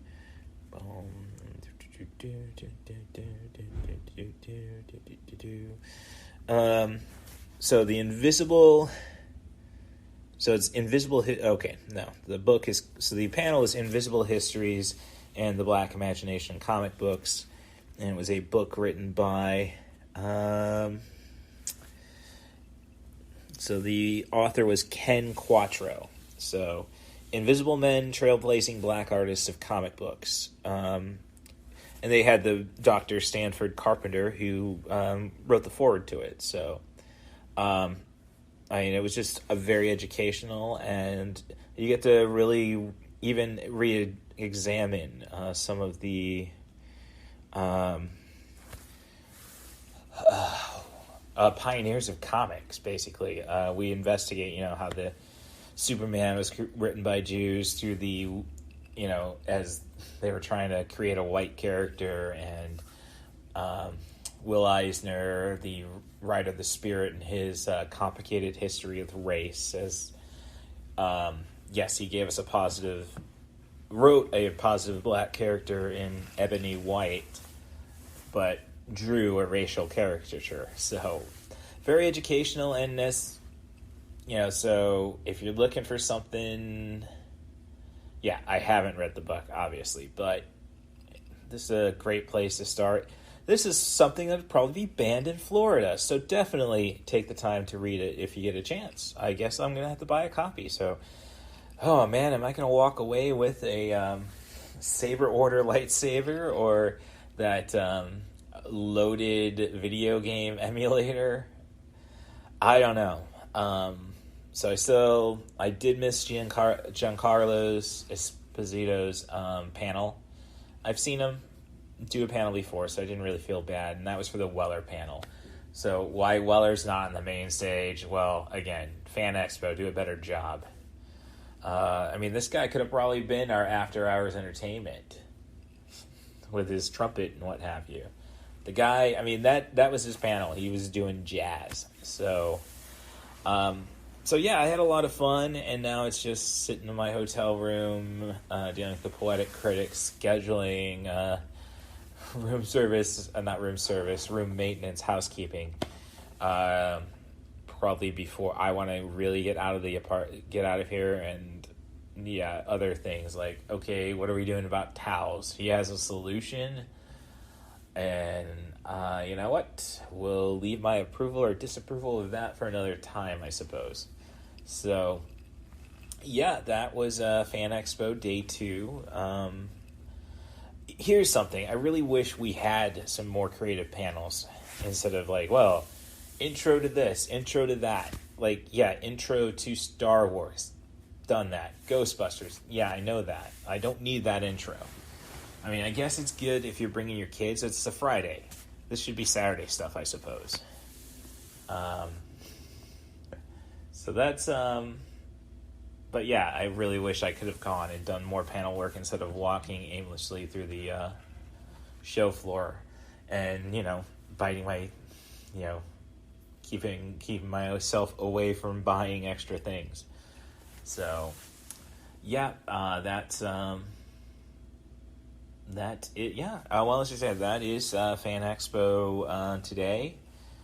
Tomorrow is going to be the busy day, so it's almost like, well, Russ, you're going to have to put the jacket on again. Because, I mean, I liked my makeshift cosplay for Back to the Future, but I don't think it's really going to matter. That panel's got canceled. I know Chevy Chase is canceled, so a lot of the stuff for the stuff, if I wasn't the one who took the Poetic Critic to the show, it would have been my dad, and basically most of the stuff that he'd like has probably been canceled by this point. So an Iffy Friday. There's going to be, I don't know if I'm going to do a K-pop dance party tomorrow. That's the after hours, but a little better planning. I'd probably be down at the park they have in Rosemont, eating some good food and perhaps getting that $15 serving of Glenmorangie, I guess is how we pronounce it in the States. 15 like I did last year at the Four Roses. I mean, it's all Americana food, and I do not like sugar, so... Actually, the food at Sugar's not bad. It's just I don't want a loud place where everybody's at. Yeah, so...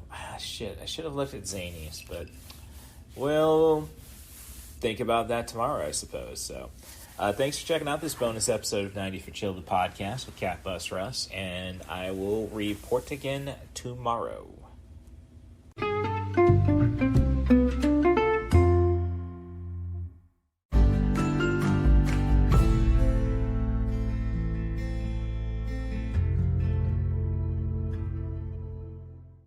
The following podcast is protected under the laws of the United States and other countries. Any unauthorized duplication, redistribution may result in criminal prosecution, civil liability, or the wrath of the tall man.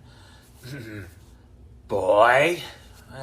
Doesn't sound right without the laugh, so I just got to go and find a way to store that on the Spotify for Podcasters apps, formerly known as Anchor. So, same thing with the Chris Hardwick promotion, but I digress. So, we have just essentially concluded Day 3 of Fan Expo 2023 in Rosemont, Illinois.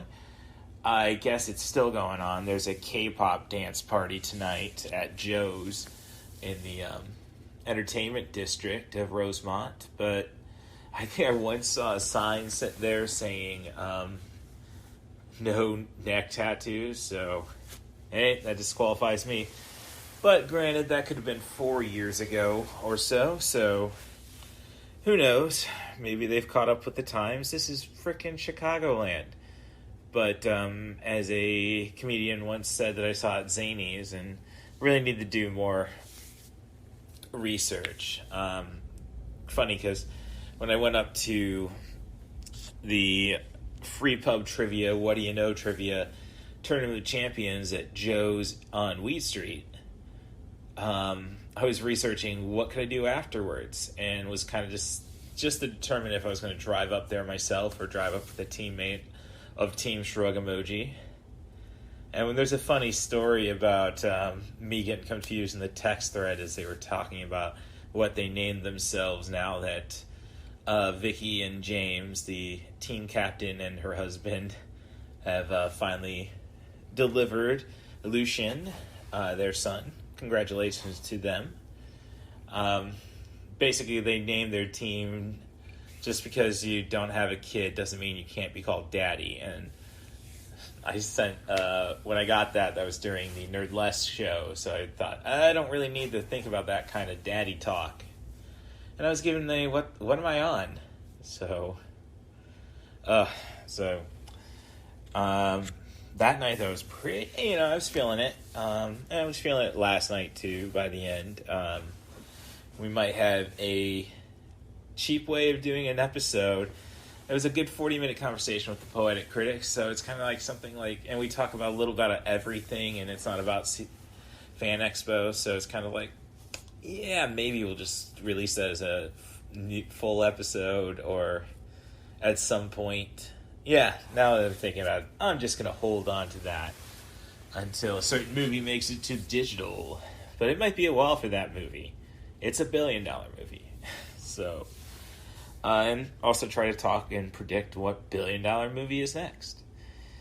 But as for Fan Expo Day 3, I guess it was a more fulfilling, at least the time I spent at the expo.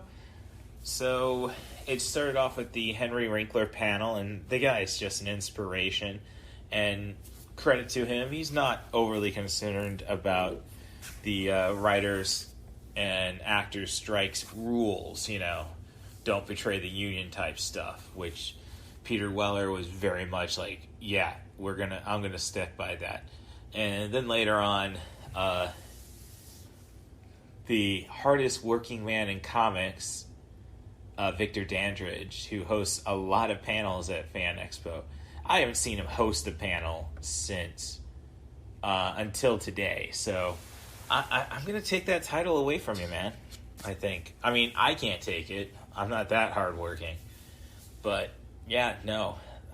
Give me a little... I think we have an Irish moderator on some panels. But I digress. Henry Winkler just took the mic and just told us how to be better people. Not like Peter Weller, who gave us the same idea, but he was very much about, this is, just think positive and all that, instead of break down all the Greek philosophy and appreciate your Russian storytelling methods, which you should. And the next panel was, but I say the next panel, and then it's like, they are clearing the frickin' rooms now. Like, you can't just go and say, well, I got here at 10:45, I'm going to stick around for all the panels, and that's going to be a worthwhile day. I've done that before. Not all of them.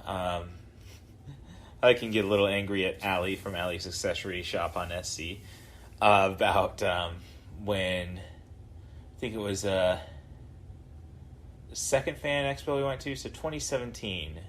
We sat through the Back to the Future panel, and then we sat through the X-Files panel for her. And then it was going to be Bruce Campbell.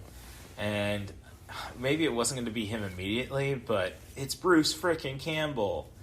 And I couldn't quite sell her on that. And I've had online drama with the one half of the Wrestling Powskis, Pro Wrestling Powskis, I should say. Don't know why they changed the name. Is it because they didn't have any original compadres? Probably. I digress. But the episode I did listen to that podcast, because Narver did suggest, because I got a little history with him just because, the Not a Strong Start podcast with friend of the show, George, at Nicolopoulos. I think he pronounces Nicolopoulos. And I'm sorry, George, I didn't remember your last name off the top of my head. They got Scott Narver on the show to talk about Dave Made a Maze, a movie that was frequently promoted on the Wrestling Compadres podcast, Slamcast, which was free on Hulu forever. I think it is on Shudder, so I do need to give it a watch. So, again, getting off not really getting off topic, but the fact of the matter is they said, yeah, no, I really meant to watch that, and sorry it's not free on Hulu anymore. I do have Shudder. And he was like, oh, you really, and Narver responded to me with, oh, you really wanted to watch it and you couldn't. And I explained how, yeah, Allie didn't really dig when we were living together. She didn't really dig Army of Darkness, so I thought, I don't know if we can go horror comedy. Which he responded to, you should get together with her just to break up with her again. So, but now I gotta go and stop, rewind everything. How did I get on a story about Dave made a maze from all of this? I'm talking about podcasts. I don't know. It was the Bruce Campbell thing. So yeah, they are shuffling us out of the main room. Like, Fan Expo this used to be Wizard World, which used to be the Chicago Comic-Con. And with Epic, I'm going to have to get their name. The people who are doing all the autograph stuff, handling. It's going to be up here soon. Okay. Epic Photo Ops. They got to get rid of these guys. I'm sure it makes it easier, but, if you don't get these online reservations, you're stuck paying cash. So, it's opinions and stuff. I really think the actors should have the people doing the autograph should have their own square readers. I mean, I've even gotten Allie and Allie's Accessory Shop on Etsy hooked on that. So, yeah, a little BS with that group and how they organize the photo ops. It's just a mess with them. And, I'm used to just people walking up the booth. You get a selfie with the guy. Nothing overly fancy. But yeah, not the case anymore. So yeah, they kick us out of the room, so we have to get back in the queue to go in for the Sam and Ivan Raimi. Sam Raimi, of course, and Ivan Raimi, of course, the guys who brought us Evil Dead. And they were very much no cameras, no photographs, and if we'll warn you once, we'll throw a shoe at you the second time.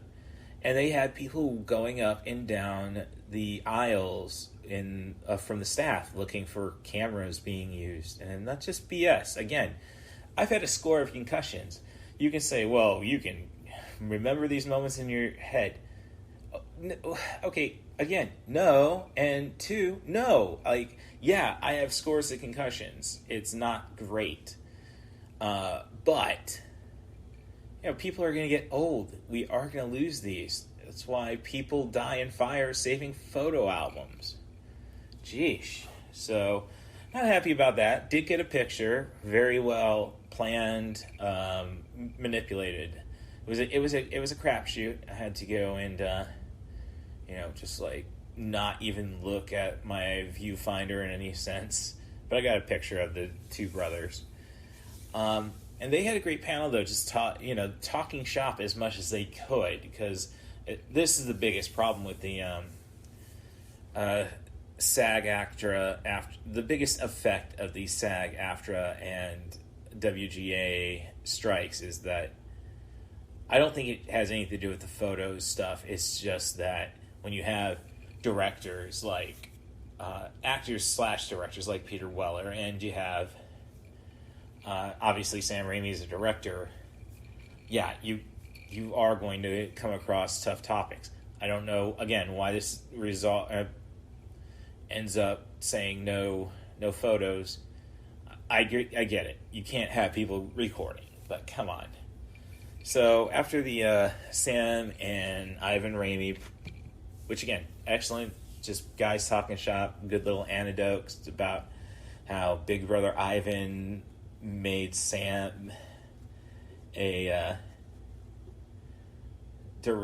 horror directing legend by basically knocking on, being a bad babysitter. Leave it at that. So I left, after that panel, I went and just trying my best to figure out how the heck I'm supposed to get a Kiefer Sutherland autograph, because again, Epic Photo Ops in their reservation system, well, you can't reserve it now. You can buy it at the table, if the queue isn't too long, And most celebrities, they will at least stick around until the entire night, until everybody gets a signature, which is great on their behalf. So I should have really been a little more, I bought tickets for Kevin Smith and Jason Mewes podcast. And that's another thing. Enough of this. Oh, this is a special event type thing. Like, no, I mean, that's like saying the people on the creator stage doing podcasts should be charging. Like, oh, they don't have the name and clout. It's not the point. Like, maybe the burlesque show, but, that's something where I had to get ID'd. And, I mean, I know I saw a lot of younger people than me not get ID'd, so I'm really not complaining. Especially since I just had a haircut, meaning I'm all gray hair and skin on the sides. I guess it was Great Clips. Cut me thin enough that it just looked like I had a really nice buzz cut. So yeah, I looked at the schedule, eyed the line at Kiefer Sutherland's autograph booth, and I decided to go get lunch, which I really rarely do. I mean, I'll usually settle on the BS food they have, Connie's Pizza, and, well, I shouldn't really badmouth Vienna hot dogs. Everything else seems a little too sophisticated. Like, the bistro is like, and the chicken Cobb salad. What? You're selling wings on the screen. I really don't know who eats a Cobb salad. Oh yeah, and if I planned things better, I could have seen Jimmy Dore at Zany's. I digress about that. Didn't get the word about that until my older sister said, oh, I'm going to see Teenage Mutant Ninja Turtles. But did you know? And it's like, you could have probably, I don't know. I digress. So,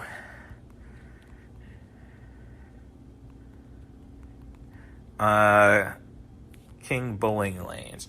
So, after looking at, oh, nope, I gotta, come on, yeah.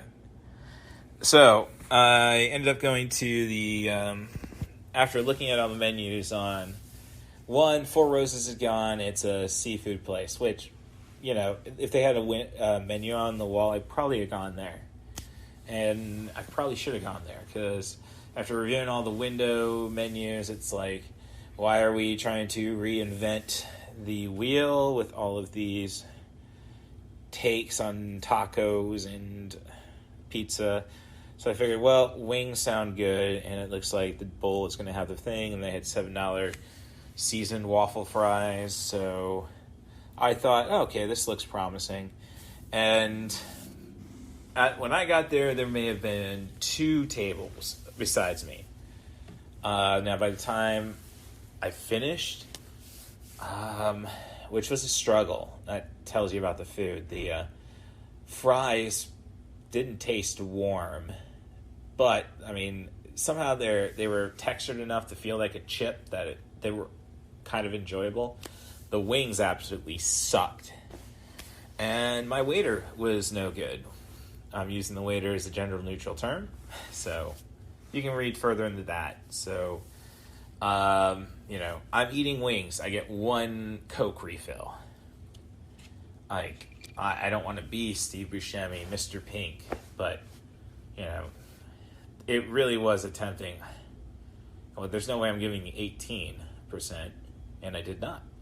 So, you can all hold that against me. I didn't get booze, and it took 20 minutes before she decided, oh yeah, after I've put all my plates on together and pulled out my credit card, kind of waving it, took 20 minutes before she got me out of the place. So, and I'm sorry to expose her gender, but, geez. Basically, you had a crap shift, and you're just not going to work during it. I get it. Until there was work to be done. And yes, I'm going to acknowledge that a table of Spanish speakers might be a little more tricky to take care of, but I had already been waiving my credit card by that point. So, yeah, very disappointed by Kings Lane's bowling alley. Grabbed some snacks at Sugar. Overpriced, yes. And when I mean snacks, I mean just Jelly Bellies and a bag of Big League Chew. So then we went on to... went back, got my autograph with Kiefer Sutherland, gave me plenty of time to catch the Danny Trejo panel, and Danny just doesn't give a smeg. God bless the man that he heard England thinks is the most recognizable Hispanic. That's but he was just a ball of fun. Really, another inspirational panel. You know, this guy did time, but he got himself cleaned up, and he's going to be 80 next year. So, and he just very big on, you know, you help people. Just go and help people. It's going to pay off. And I don't know. Maybe I got to hit the gym, too, to get his build. But, yeah, he's just fun. He did not give a smeg about talking about movies. Now, Victor Dandridge, being a good moderator, did manage that. But, you know, no threats about cameras for that one, so I don't think Danny's directing anything.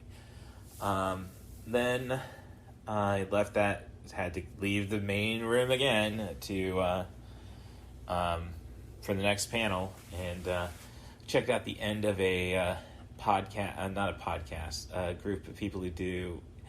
Like, I saw how to do fan dubs, and they're taught, and really I only caught, like, the last 10 minutes of it. Which, hey, great networking lessons and such, but they're doing fan dubs of Japanese video games that I think you play online, and, like, one of those weird, like, fad things. My opinion, like, I mean, I don't want to be tied to a screen as I debate, as I'm, you know, eyeing that loaded game box. So, then I stuck around for the Felicia Day panel, and I know her best as Kinga Forrester. I tried watching, and I think she even says it, you know, sometimes my humor back in the day for some of her web-based shows. I know she had a show on Netflix, I think it was Critical Role, perhaps, and yeah, just doing the life of gaming and D&D, tabletop stuff, and it's like, the humor wasn't there for me. I know her best as Kinga Forrester, and it's like, oh, and it kind of sucks. Like, are you telling me Emmett Gizmoplex is being striked against? Because I don't think Netflix is handling MST3K anymore. But I digress. It's just bad news. But again, she's really, like, all the panels are just great people talking about how to do what you're doing, what you want to do. And, you know, as Danny Trejo said, just keep helping people and it'll pay off. And again, as I say, it's like, I might need to get a little more jacked to be taken seriously. And Felicia Day, you know, just make a thing, which is cool, and I'm doing that. This is 90 for Chill, the podcast with CatBusRuss. But let's see, by that point, I am finishing off my fifth of Deep Eddy Cranberry Vodka. I wasn't feeling it too much. I'm just tired, I guess. As I say that, I'm going to drink some Old Smoky Orange Cream.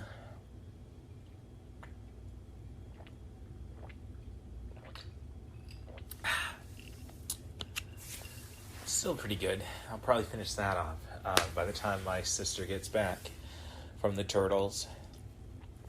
So, then that's, I guess you could say, oh, did I get the Kiefer Sutherland autograph? Yes, I did. He was very cool.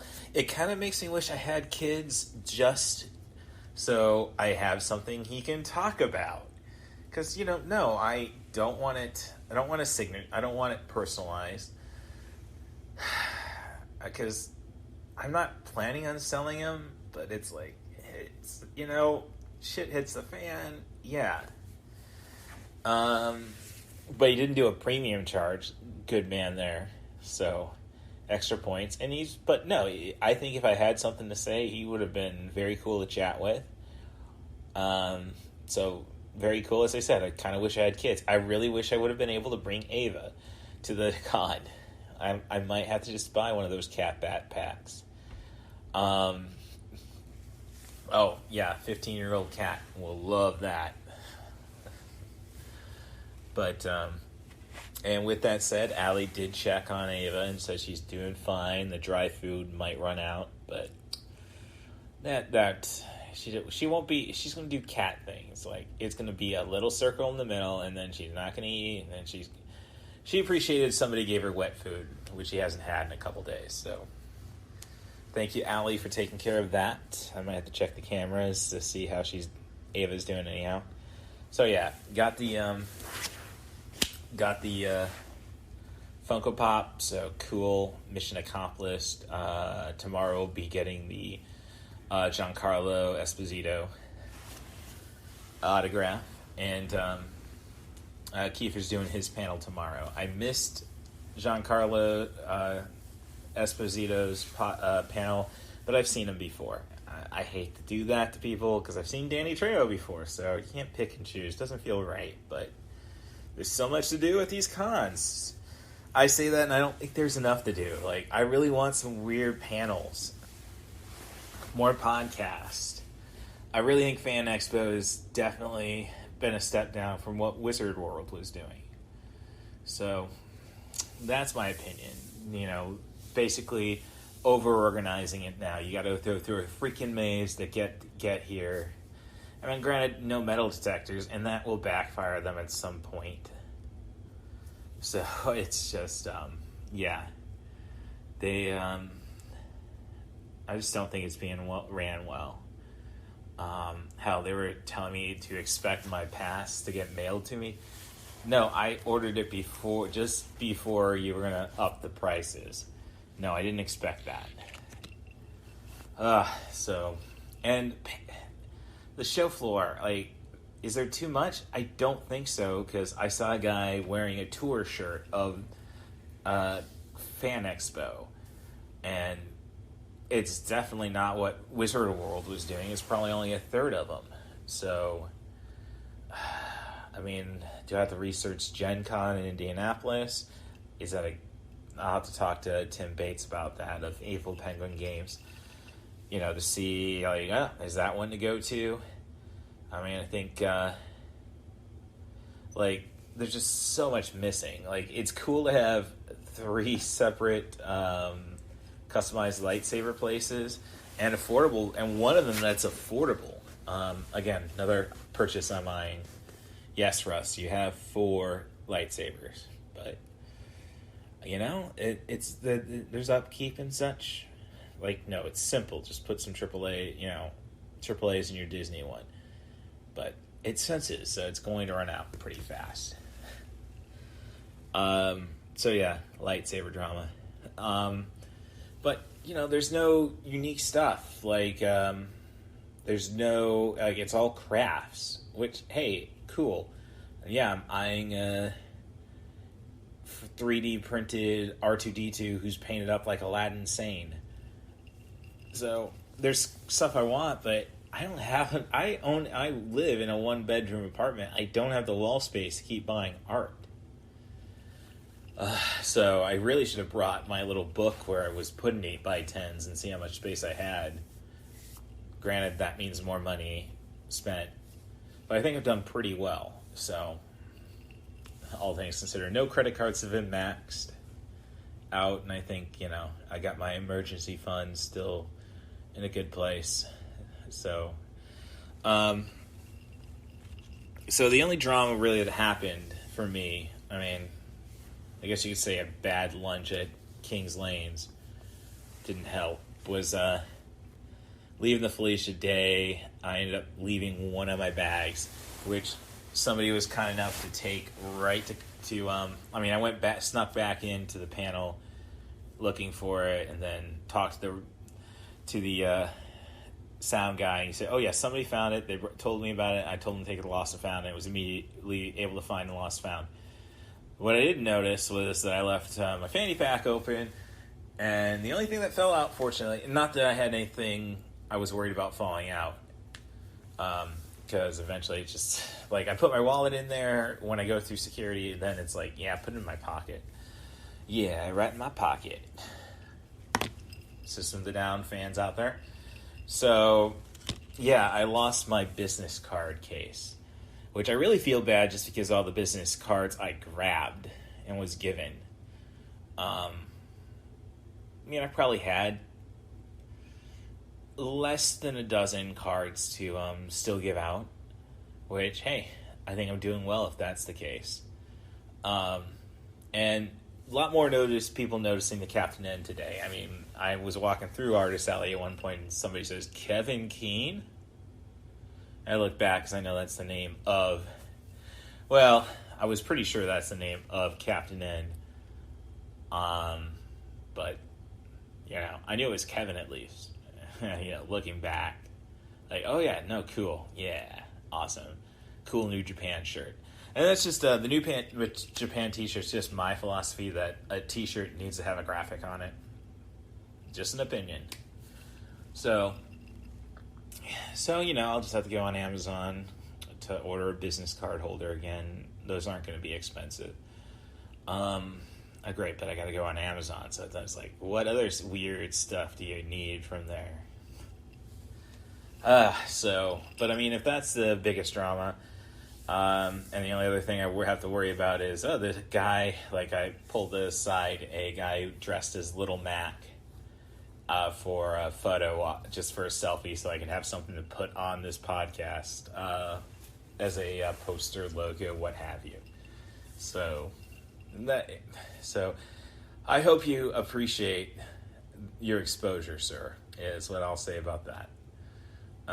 So yeah, that was Fan Expo. You know, got home, got to the hotel, watched AEW, Collision, well-planned Punk main event, but, you know, he shouldn't be in any main events. He shouldn't be employed by any major wrestling promotion.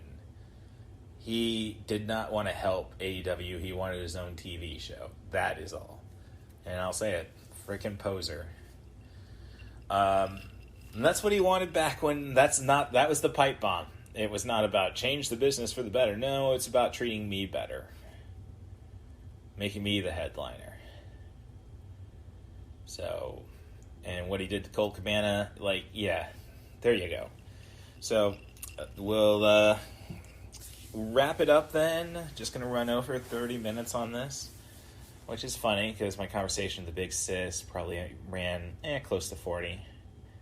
I digress, and I think people appreciate the short ones. So let's see if I leave tomorrow with a lightsaber, a video game system, and another mystery box. Working on talking about wrestling promotions, my dreams of having a video game themed wrestling promotion, just so I can name a show, a total canon group tribute, you know, Electric Kumite to, you know, or whatever the promotions will be called. In the second event, Electric Kumite 2. So, yeah, just the weird stuff in my brain. But thanks for listening to the 90 for Chill podcast. Rate and subscribe on your favorite podcast apps. 5 stars preferably. Be as honest as you want with the text. I do reciprocate reviews on Apple.